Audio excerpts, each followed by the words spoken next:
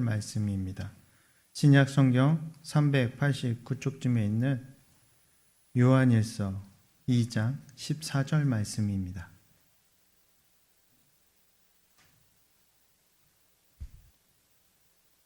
신약 389쪽쯤에 있는 요한일서 2장 14절 말씀입니다. 다 찾으신 줄 알고 저와 여러분 함께 합독하도록 하겠습니다. 아이들아, 내가 너희에게 쓴 것을 너희가 아버지를 알았음이요. 아비들아, 내가 너희에게 쓴 것을 너희가 태초로부터 계신 이를 알았음이요. 청년들아, 내가 너희에게 쓴 것을 너희가 강하고 하나님의 말씀이 너희 안에 거하시며 너희가 흉악한 자를 이기었음이라. 아멘.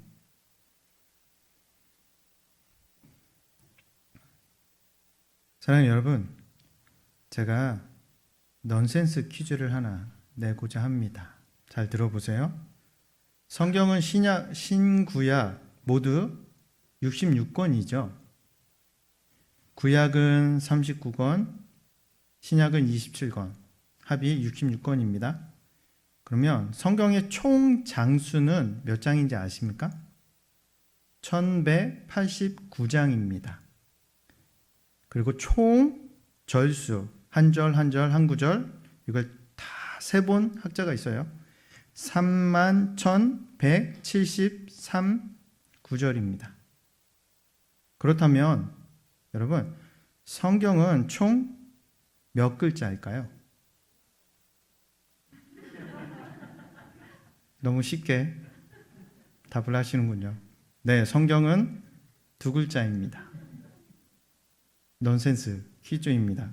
우리 유초등부 아이들도 잘 맞추더라고요.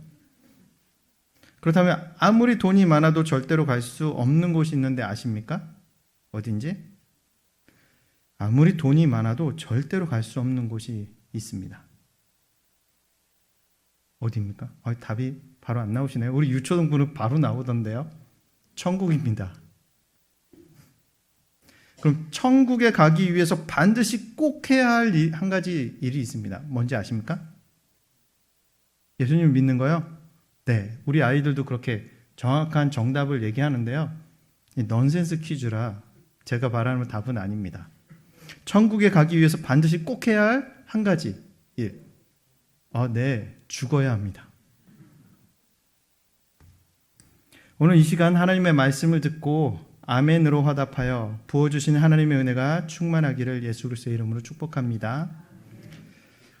사랑하는 여러분, 있을 수 없는 일이 일어났을 때 그것을 무엇이라고 하는지 아십니까?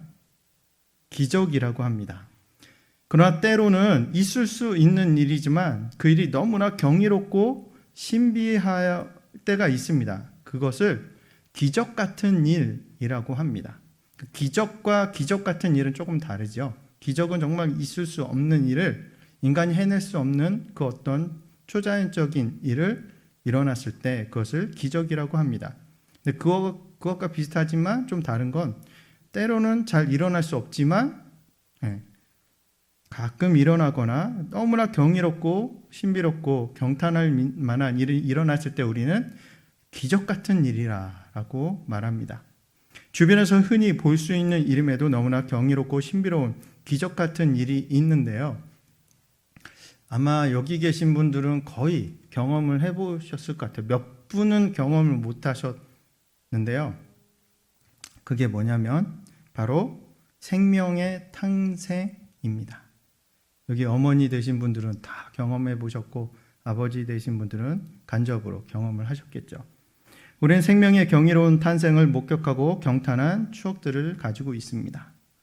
그러면 그 다음으로 기적 같은 일이 있는데요. 그것은 무엇인지 아십니까? 바로 생명이 성장하는 일입니다.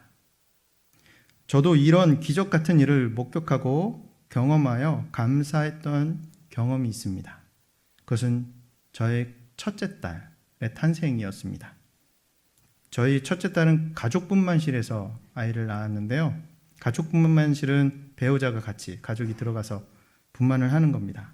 그래서 제 아내가 진통하고 양수가 터져서 분만실에 들어갔을 때 저도 함께 들어갔습니다. 첫째 아이가 태어났습니다. 그리고 탯줄을 제가 잘랐습니다. 그때 저는 생명의 탄생의 기적 같은 일을 직접 눈으로 목격했습니다. 참으로 경이로운 탄생의 순간을 맛보았던 것이죠. 그 이후로 둘째도 태어나고 이 두 아이가 성장해가는 모습을 보면서 저는 생명의 성장의 기적과 같은 일들을 경험했습니다. 처음엔 꼼지락꼼지락 하던 이 아이들이 조금 자라니까, 그래서 성장하니까 이제는 뒤집기를 하는 겁니다. 그러고서는 고개를 뻗쩍 들지요. 아시죠? 뒤집기 한 후에 아이들은 고개를 어깨 듭니다. 얼굴이 새빨개지도록 그런 것들을 보게 됩니다. 온갖 힘을 주면서 고개를 쳐들죠. 그리고 조금 더 성장하면 어떤 일이 벌어지죠? 두 팔로 이제 이렇게 상체를 들어섭니다. 일으키죠. 그리고 조금 더 성장하면 이제는 두 손과 두 무릎으로 기어다니기 시작합니다. 그러고 그때부터 막 기기 시작하면 부모들은 초긴장을 하며 아이에게 집중하기 시작합니다. 어디로 기어갈지 몰라서요. 그렇게 아이가 기어가고 기어가니다가 조금 더 성장하면 어떤 일이 벌어지죠? 무언가 아무거나 잡고 일어서기 시작합니다. 무엇이든 잡고 이제 일어섭니다. 그때는 아직 걷지는 못할 때이죠. 두 손으로 잡고 두 발로 일어서는 그때입니다. 그러다가 어느 순간에 기적 같은 일이 벌어집니다. 잡았던 걸 손을 놓고 한 발짝 떼기 시작합니다. 걷기 시작하는 순간이 있게 되죠. 그때 너무나도 놀랍고 경이로운 순간 아닙니까? 제가 최근에 어떤 짤막한 영상을 보게 됐는데요. 거기도 그 장면이 있었어요. 외국 아이였는데 자기 막내 동생을 이렇게 안고 있다가 두 손을 놓으니까 이렇게 섰던 거예요. 그러더니만 자기한테 확 두 발 걷고 딱 안기는 것을 보고 환호하는 그 짤막한 영상이었는데요. 얼마나 기쁘고 경이로운 순간인지 기적과 같은 일이라 할 수 있겠죠. 아이들이 돌이 되기 전에 걷기 시작하면 흔히 우리는 첫돌이 되기 전에 걷기 시작하면 이 아이는 좀 성장이 빠르다라고 생각을 합니다. 반대로 돌이 넘어 한참이 되었는데도 이 아이가 아직 걷지를 못하면 성장이 더디게 여겨져서 심지어 아이에게 무슨 문제가 있진 않을까라고 염려까지 하게 됩니다. 그러나 어느 날 갑자기 이 아이가 첫걸음을 떼면 부모는 와, 이 아이가 천재인가 보다 라고 생각하며 기적 같은 경험을 했다라고 기뻐합니다. 삶의 현장에서 목격하는 그런 기적 같은 일들은 기적을 가능케 하는 한 인간의 요소들이 작용하게 됩니다. 발명왕 토마스 에디슨은 이런 유명한 말을 남겼습니다. 너무나 잘 아시는 말씀이에요. 천재는 99%의 땀과 하늘이 내린 1%의 영감으로 이루어진다. 여긴 두 가지를 얘기하죠. 바로 99%의 땀, 노력, 그리고 한 가지의 영감을 이야기합니다. 기적 같은 일이 생기기 위해선 땀을 흘려야 이 99%의 노력이 얼마나 중요한지, 그 노력이 무엇인지를 말해주고 있습니다. 사랑하는 여러분, 하나님의 자녀로 거듭난 영적 갓난 아기들이 자라기 위해 반드시 필요한 인간의 노력은 무엇일까요? 그냥 저절로, 아이들이 자라는 건 사실 저절로지만 사실은 거기엔 굉장한 노력이 있었습니다. 엄마가 젖을 먹였잖아요. 유아식을 만들어 먹였잖아요. 아이가 열심히 주워 먹고 받아 먹고 스스로 숟갈질 하면서 먹는 노력을 했기 때문에 잘 먹고 잘 자고 잘 싸고 이런 일들이 했기 때문에 잘 자랄 수 있었던 것이죠. 갓난아기가 젖을 찾듯이 말씀을 우리는 찾아야 한다는 것입니다. 영적 갓난아기에서 우리가 성장하기 위해서 우리의 노력이 필요한데요. 그것은 바로 하나님의 말씀을 찾아야 한다는 것입니다. 성경은 한결같이 말씀에 대한 책임을 언급하고 있습니다. 베드로전서 2장 2절에 갓난아기들 같이 순전하고 신령한 젖을 사모하라 라고 그렇게 말씀합니다. 이는 그로 말미암아 너희로 구원에 이르도록 자라게 하려 함이라 라고 말씀합니다. 갓난아기의 성장은 기적 같은 일이죠. 그러나 이 기적을 위해선 아기는 필사적으로 엄마의 젖을 찾고 또 엄마는 그 젖을 먹이는 책임을 성실하게 감당해야지만 온전히 잘 자랄 수가 있는 것입니다.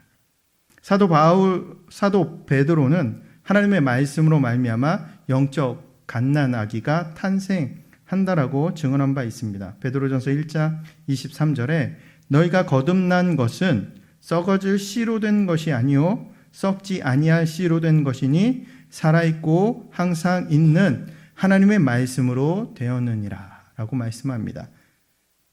그러니까 거듭난 것, 다시 태어난 것, 영적으로 태어난 것, 그것은 하나님의 말씀으로 되었다라고 분명히 증거하고 있습니다. 영적 갓난 아기를 자라게 하는 것은 영적인 젖줄인 바로 말씀인 것을 우리에게 교훈해 주고 있습니다. 그렇다면 신령한 젖을 사모하라는 것은 구체적으로 무엇을 하라는 말씀일까요? 그것은 우리는 사모하는 대상을 가까이 해야 한다라는 것입니다. 즉 영적인 갓난아기는 하나님의 말씀을 가까이 하는 노력을 해야 한다라는 겁니다. 성경을 가까이 할수록 우리는 영적으로 성장할 수 있는 것입니다. 예로부터 성경 읽기를 렉티오 디비니아라고 하면서 거룩한 독서라는 말을 씁니다. 성경 읽기는 가장 거룩한 독서이고 영혼을 성숙하게 하는 독서입니다.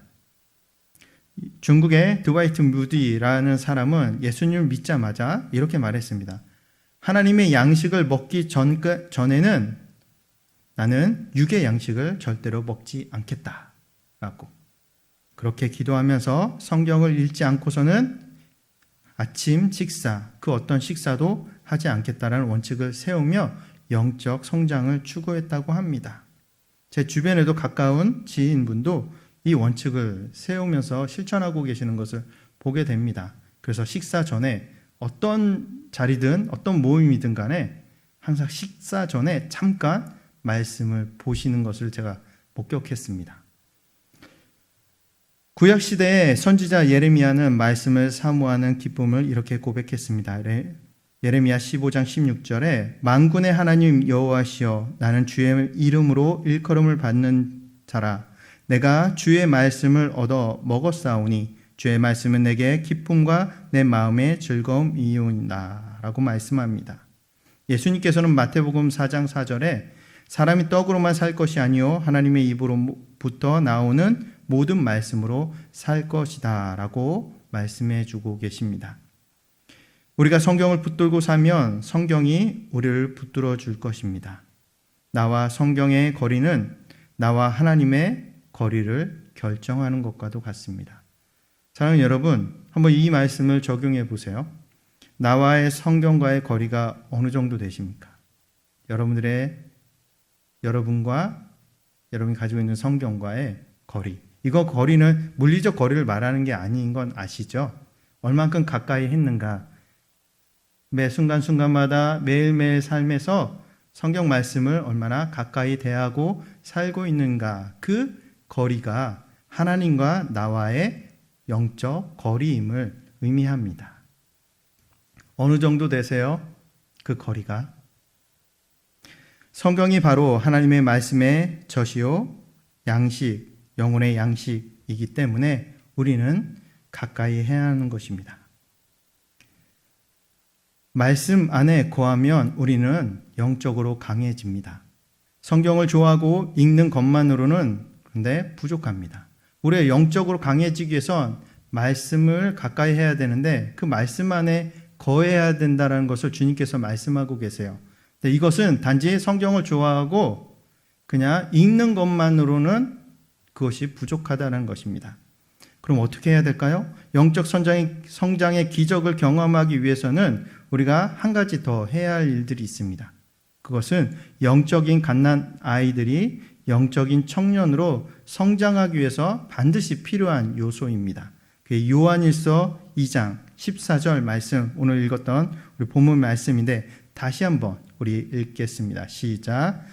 아이들아 내가 너에게 쓴 것은 너희가 아버지를 알았으며 아비들아 내가 너희에게 쓴 것은 너희가 태초부터 계신 이를 알았으며 청년들아 내가 너희에게 쓴 것은 너희가 강하고 하나님의 말씀이 너희 안에 거하시며 너희가 흉악한 자를 이기었음이라.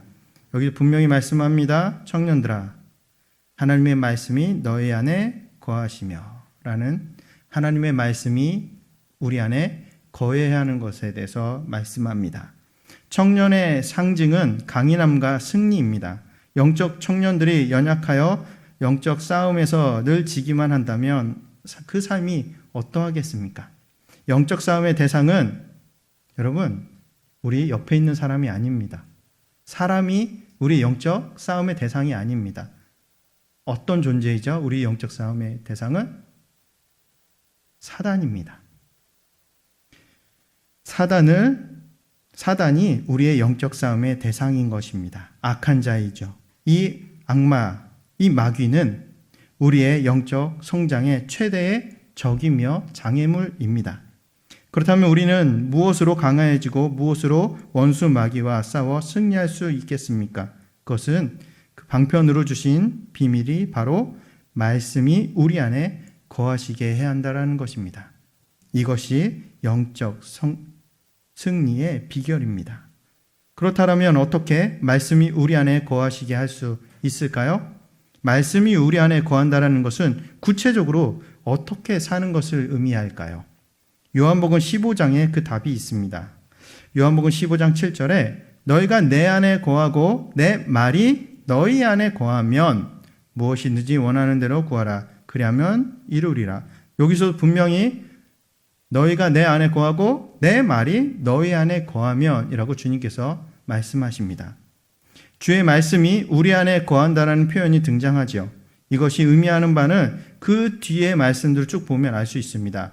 요한복음 15장 9절에 아버지께서 나를 사랑하신 것 같이 나도 너희를 사랑하였으니 나의 사랑 안에 거하라 라고 권면을 하고 있습니다. 주의 말씀 안에, 주의 사랑 안에 거한다는 것은 무슨 뜻이 있을까요? 그 다음 절 10절을 보면 내가 아버지의 계명을 지켜 그의 사랑 안에 거하는 것 같이 너희도 내 계명을 지키며 내 사랑 안에 거하리라 말씀합니다. 그러니까 무슨 말이에요? 하나님의 말씀, 주님의 그 계명, 아버지의 계명을 지키는 것이 결국 그분의 사랑 안에 거하는 것이고 그 계명이 지킴으로 인해서 그 사랑이 우리 안에 된다라는 영적 원리를 가르쳐주고 계십니다. 말씀이 우리 안에 거한다라는 그 의미는 곧 우리가 말씀을 지켜 산다라는 것을 뜻합니다. 말씀을 읽고 연구하고 묵상하는 그 목적이 무엇이겠습니까? 단지 지식적으로 무언가를 알고 탐구하고 쌓기 위해서입니까? 그렇지가 않아요. 우리가 하나님의 말씀을 읽고 배우고 연구하고 묵상하는 그 목적은 바로 그 말씀이 무엇인지를 알고 하나님의 뜻이 무엇인지를 알고 그 말씀대로 살고자 하기 위해서인 것입니다. 단지 하나님의 뜻이 무엇인지를 알고자 하는 것에서 그치면 안 되는 것이에요.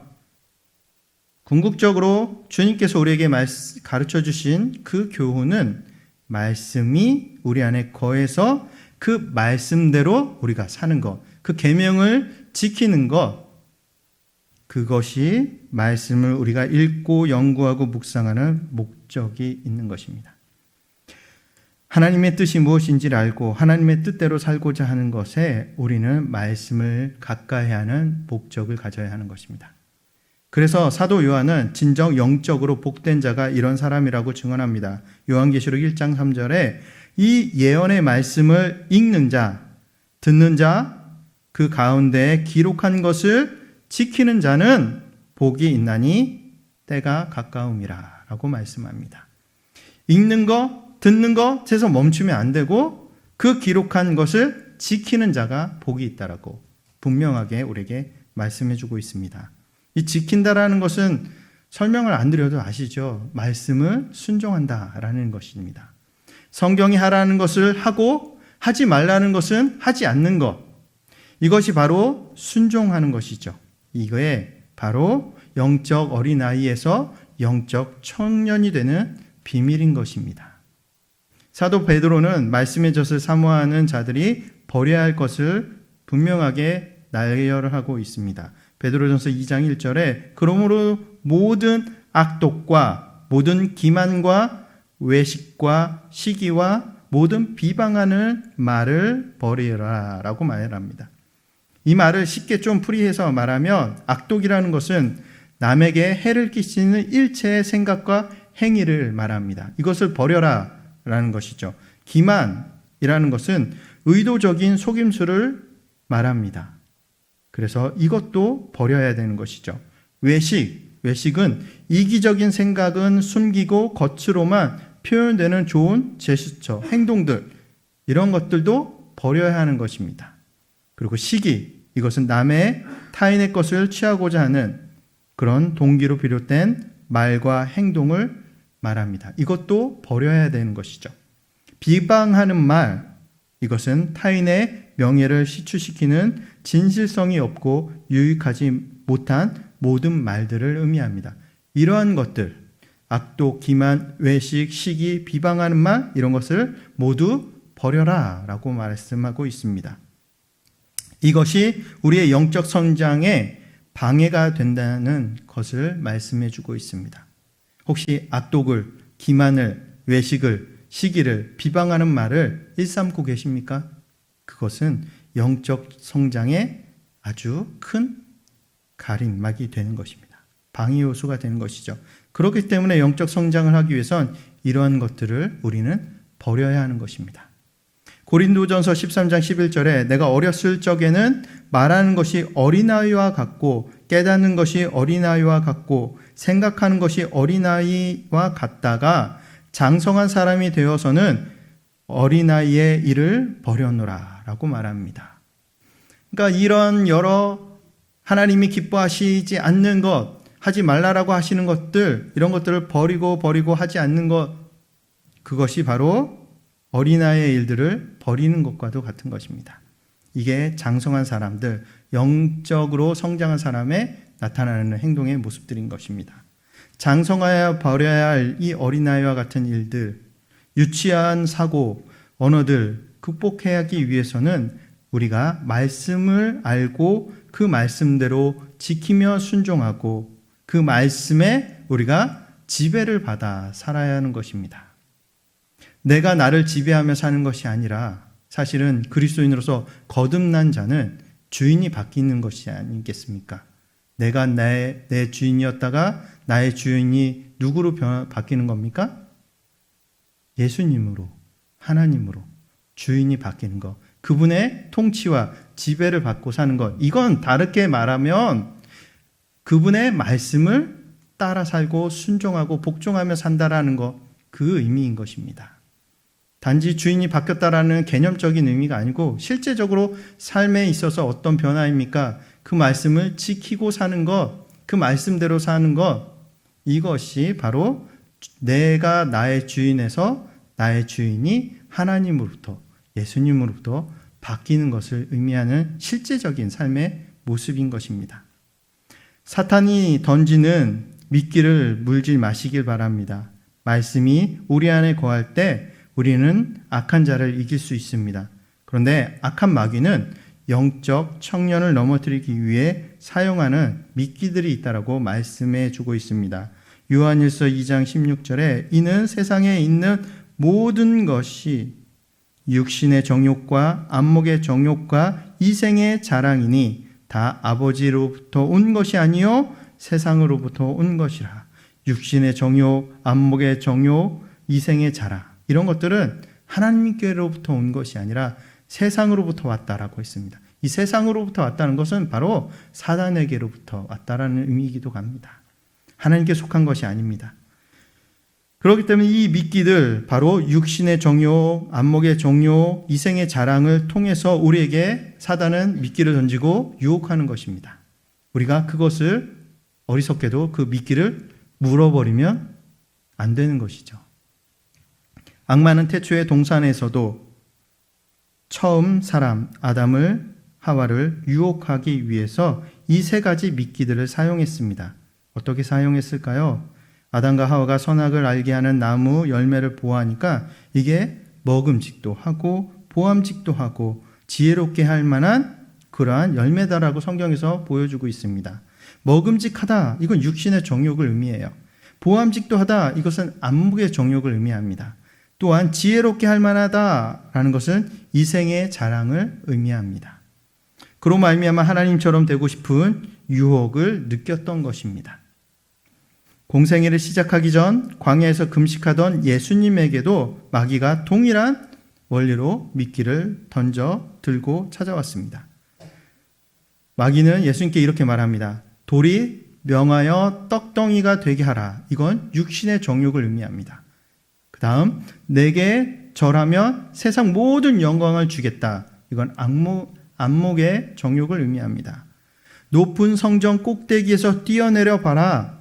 천사가 내 발을 들어 올리면 넌 하나님처럼 유명해질 수 있다 라고 한 이 유혹은 이생의 자랑을 의미합니다.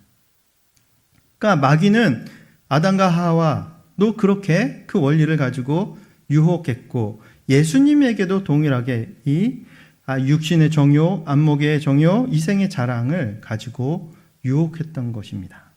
하지만 예수님은 이 모든 유혹을 물리치셨습니다. 너무나 잘 알고 계시죠. 어떻게 이것을 하셨습니까? 마태복음 4장 4절을 보니까 예수께서 대답하여 이르시되 기록되었으되 사람이 떡으로만 살 것이 아니요 하나님의 말씀으로부터 나오는 모든 말씀으로 살 것이라 하였느니라 하시니 라고 말씀합니다.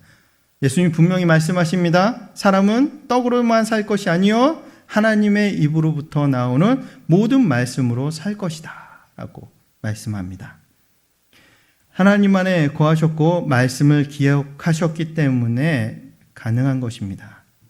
신명기 8장 3절에 너를 낮추시며 너를 줄이게 하시며 또 너도 알지 못하며 내 조상들도 알지 못하던 만나를 내게 먹이신 것은 사람이 떡으로만 사는 것이 아니요 여호와의 입에서 나오는 모든 말씀으로 사는 줄을 네가 알게 하려 하심이니라 라고 말씀하십니다. 이 말씀이 예수님에게 승리를 안겨준 것입니다. 승리의 원리는 우리에게도 동일합니다. 하나님의 말씀을 읽고 듣고 배우고 연구하고 그리고 암송하고 묵상하는 이러한 일들을 통해서 가능한 것입니다. 이것은 너무나도 중요합니다. 근데 많은 사람들은 하나님의 말씀을 듣는 것을 많이 합니다. 왜냐하면 예배 때마다 말씀이 선포되어지고 듣잖아요. 뭐 방송을 통해서나 오디오, 성경을 통해서나 여러 매체들을 통해서도 듣는 것은 정말 많이 합니다. 그리고 읽는 것도 참 많이 하죠. 저희 교회는 참 다른 교회보다도 그 읽는 것에 대한 열심이 좀 있습니다. 그래서 주일날마다 속지로 주보에 매주 읽어야 될 통독할 분량들을 이렇게 나눠주고 읽을 수 있도록 독려하고 있습니다. 그것뿐만입니까? 매월 한 달에 한 번씩 성경 통독 집회도 하고 있지 않습니까? 이처럼 읽는 것에 대해서도 열심을 가지고 있습니다.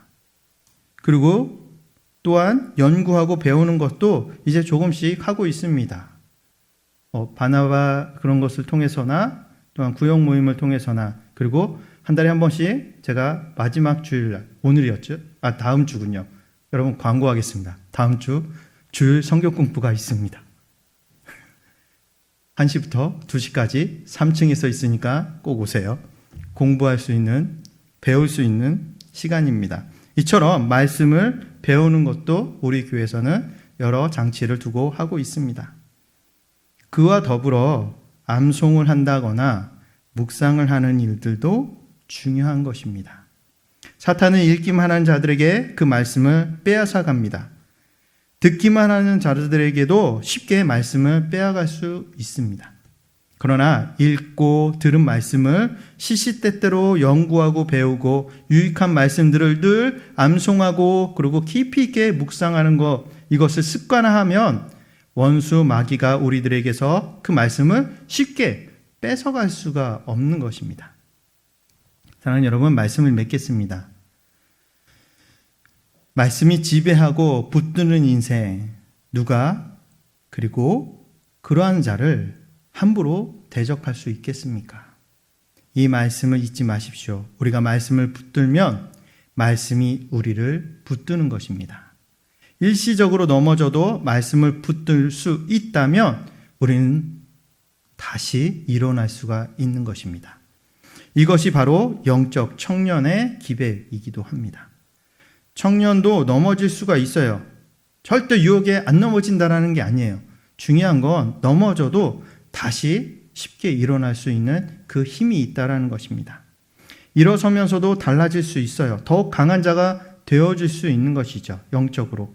한 번의 실패가 큰 교훈을 얻어서 더 하나님의 말씀을 붙들게 하고 더 하나님의 말씀에 가까이 할 수 있는 원동력으로 삼을 수 있는 것이죠. 그러나 영적으로 어린 사람은 넘어지면요, 어떻게 해요? 실족해버려서 더 말씀과 멀어지거나 하나님과 멀어지거나 교회를 떠나거나 이런 담을 쌓고 사는 일들이 간간히 우리가 볼 수 있지 않습니까? 그건 영적으로 어리거나 아직 영적으로 태어나지 않은 상태이기 때문입니다. 그러나 저와 여러분은 다르죠.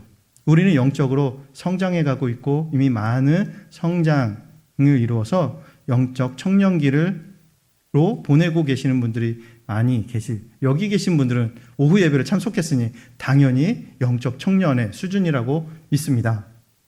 맞습니까? 네.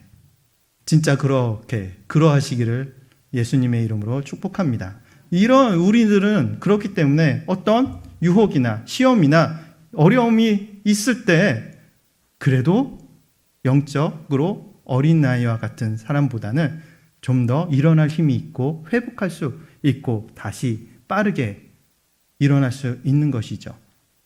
그건 말씀에 힘이 있기 때문입니다. 그게 말씀의 능력입니다. 더욱 강한 자가 되기 위해서 우리는 인생을 걸어가면서 하나님의 말씀을 가까이 하고 그 말씀을 지키는 삶을 살아야 하는 것입니다. 때로는 넘어져서 아프지만 그러나 다시 일어나는 성장통을 겪게 됩니다. 이렇게 그 성장통을 한 번씩 겪을 때마다 우리는 조금 더 후퇴하는 것이 아니라 성장하고 자라날 수가 있습니다. 거기에 중요한 원리는 뭐라고요? 말씀을 가까이 하는 것. 읽고 배우고 묵상하고 지키며 순종하는 이러한 삶을 통해서 우리는 조금 더 자라날 수가 있는 것입니다. 영적 갓난아기를 자라게 하는 것, 그것은 바로 말씀이다라고 말씀드렸습니다. 하나님의 말씀이 영적인 젖줄이고 그것으로 인해서 우리는 영적 갓난아기에서 아이에서 영적 청년으로 성장하게 만드는 것입니다. 그렇기 때문에 여러분 말씀을 붙들며 사시길 바랍니다. 말씀을 보고 읽고 배우고 묵상하고 암송하는 이러한 여러 가지 행동들, 이러한 일들을 해야 하는 것입니다. 그것이 말씀을 붙들고 사는 것입니다. 일시적으로 넘어져도 다시 말씀을 붙들고 일어나시기를 바랍니다. 이것이 영적 청년의 능력입니다. 제가 그래서 유초동부 우리 아이들에게 굉장히 강조하며 말하는 것이 있습니다. 수요일 날도 제가 잠깐 언급했지만 우리 유초동부 아이들에게 있어서는 강조하고 아예 세뇌를 시켜 각인을 시켰습니다. 그게 뭐냐면 큐티입니다. 큐티는 매일 말씀을 읽고 묵상하고 생각하며 그 말씀을 순종하는 것을 훈련하는 것입니다. 이게 처음에 제가 이 교회에 와서 아이들을 봤을 때는 전혀 하지 않고 있었어요. 큐티를. 그런데 지금은 많이 변했습니다. 지금은 일주일에 매주 제가 자주 물어봐요. 이번 주에 큐티한 친구, 큐티한 사람. 그러면 지금은요, 놀랍게도 3분의 2 이상이 하고 있습니다. 심지어는요, 매일 했다라고 하는 친구들도 있어요. 여럿 있습니다. 한 번 이상 하는 친구들이 3분의 2 이상이 되고요.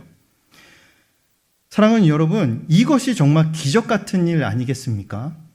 성장하는 거, 영적 성장의 기적이 바로 이런 일입니다. 이런 변화입니다.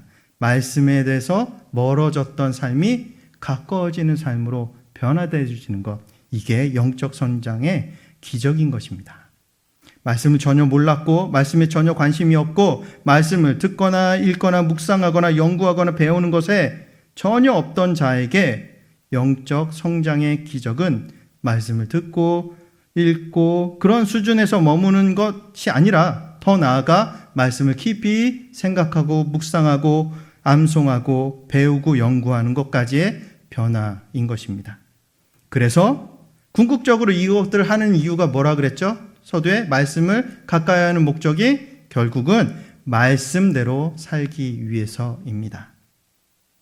이러한 삶을 살고 있는 사람은 영적 청년기를 보내고 있다라고 할 수 있겠죠.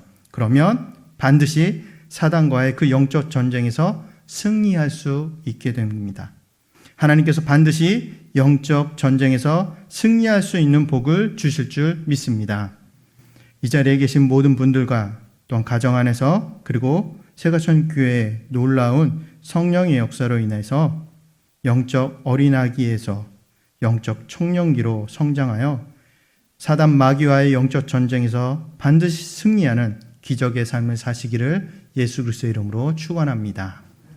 우리 같이 함께 기도하고 마치겠습니다. 이 시간 기도하실 때 하나님의 말씀을 우리가 잘 듣고 읽는 것은 참 열심히 했습니다. 근데 그 수준에서